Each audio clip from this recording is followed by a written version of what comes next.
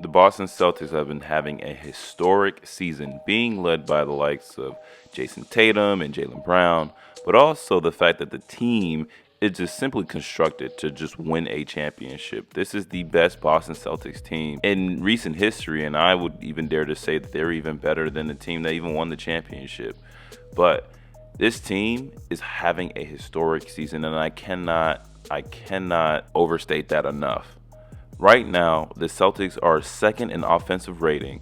They are third in net rating. They are third in defensive rating. And they are second in net rating. And so, just from that alone, you see that in totality, the team is not just Jayson Tatum and Jaylen Brown, but the team in general and their philosophy and how they play is basically allowing them to be one of the best teams on offense and on defense.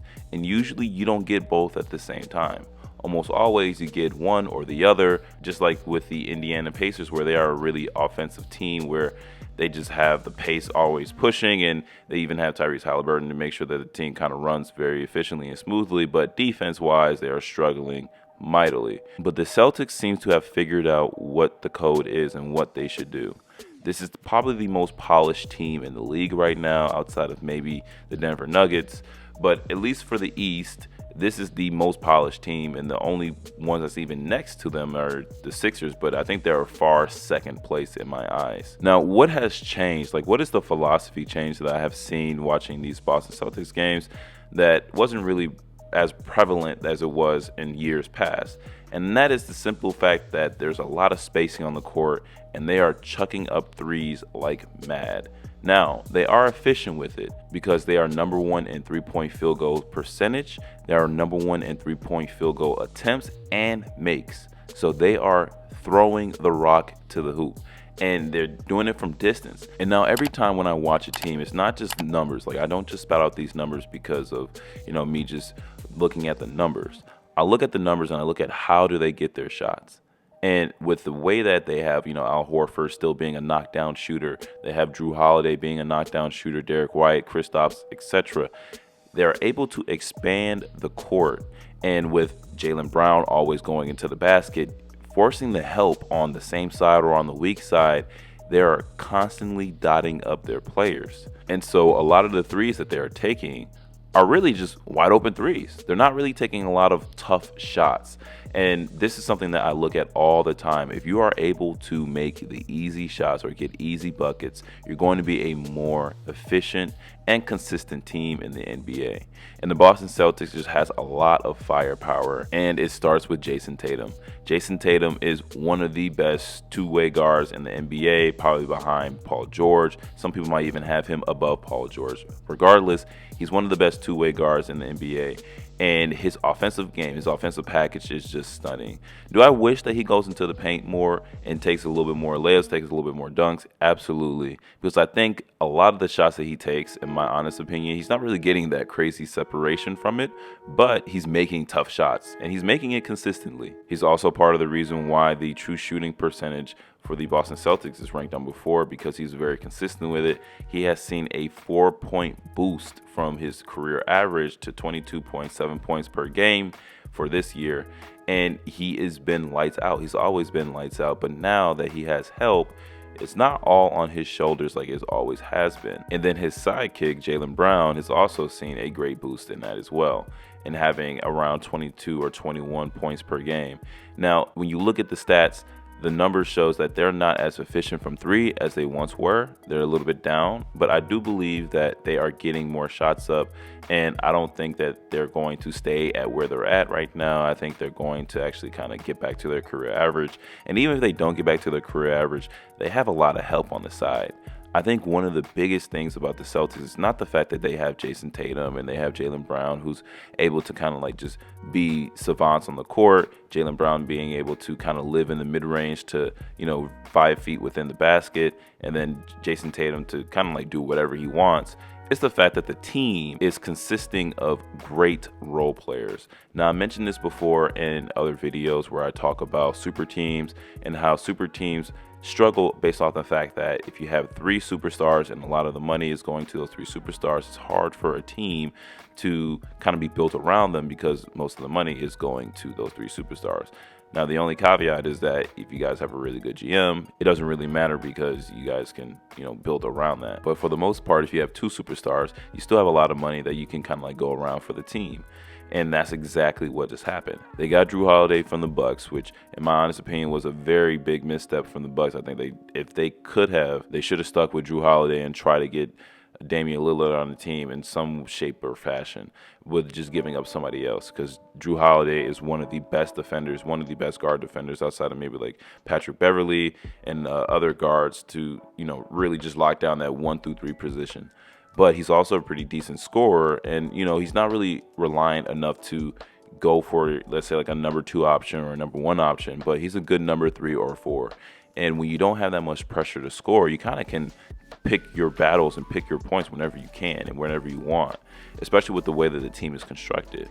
And then one of the other biggest traits is the fact that they have Kristaps Porzingis being the defensive anchor for that team that they never really had, or they did have, but then Robert Williams kept getting injured, kept getting hurt. Is he the same person that he was before? We don't really know. As injuries kind of go, you never really come back to your full potential until maybe like a year or two later, depending on how bad the severity of the injury is.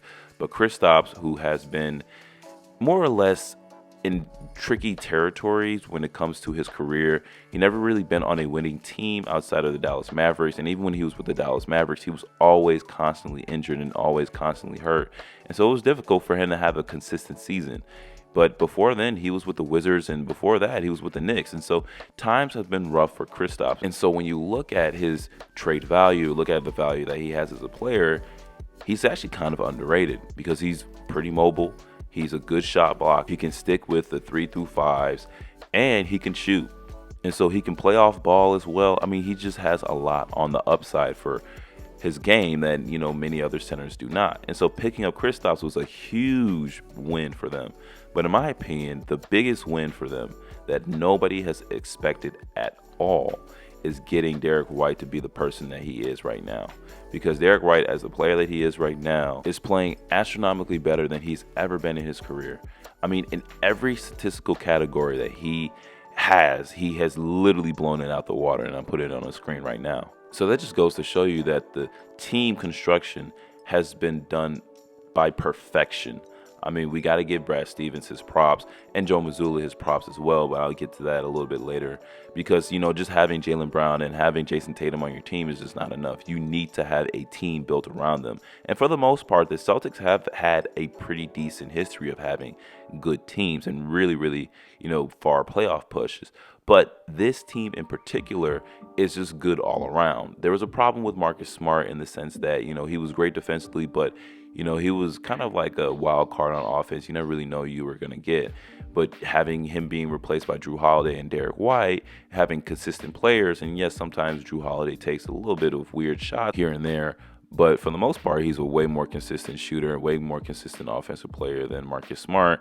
Derrick White is playing out of his mind. He might even have an all-star bid, in my opinion. I think he should. And then you have Kristaps Porzingis. But having all those players is not enough. You can have a decent team, but if your team is not in a system for everyone to succeed, you're not going to have a very successful team.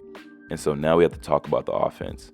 When you're looking at the game, outside of maybe Jaylen Brown and Jayson Tatum, you're going to get pretty wide open shots. The gravity of the team spreads out the floor while Jaylen Brown goes into the paint and sucks in the defense. And then also, because of how prolific of a scorer Jayson Tatum is, you kind of have to help off that. He might go into the mid-range. He might live in the three-point line. You never really know what he's going to do. And that gives fits to a lot of the defenses that has to guard against this team. And there's so much that you can't really do because you have shooters on the perimeters. You have the big on the three-point line. And so the big is sacrificing the paint because if he leaves Kristaps or Al Horford, they're going to hit their threes. And Al Horford has consistently been one of the best three-point shooters in the league for the last 3 years, especially when it comes to bigs. And so they're known for taking easy shots, and they're playing within the spacing of their shooters, which then opens up Jaylen Brown's game. Because Jaylen Brown is not necessarily the greatest shooter. He's a league average, but he lives in the paint. And I know a lot of people make fun of him because he's a dominant righty. And listen, yes, he needs to kind of get better with that left hand. I'm not even going to say that he is not that great with his left hand, but he lives in the paint, and giving him enough space for him to kind of work around that paint allows him to be more successful, and that's why he's having his best season so far. But all in all, Joe Mazzulla has a team taking way more threes than they have ever had. Like I said, they're number one in three-point field goal attempts and makes, and efficiency, which kind of reminds me that this team, as it's always kind of been constructed, is led by analytics. I mean, the analytics shows that threes and layups are the best shots you can take. The only person that takes middies is Jayson Tatum because he consistently can't make those. But this team is uniquely designed around that philosophy that, hey, we want to take the best shots and the easier shots. But outside of the offense is the defense that, for me, is the reason why they are championship contenders. Because if you have lockdowns on every position, you have lockdowns on your guards, you have lockdowns on your swings, you have lockdowns in the center, it's just going to be a difficult time.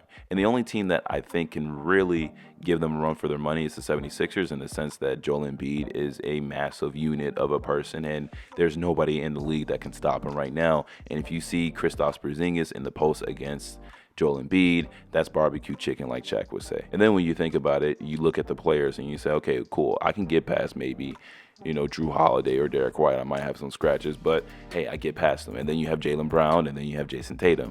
And then you say, okay, cool, maybe I can get past them. And then you have Kristaps Porzingis. And so this team is just built all around, and they're really exciting to watch. And we have to give props to Joe Mazzulla because he is coaching them to perfection. This is the best team in Celtics recent history.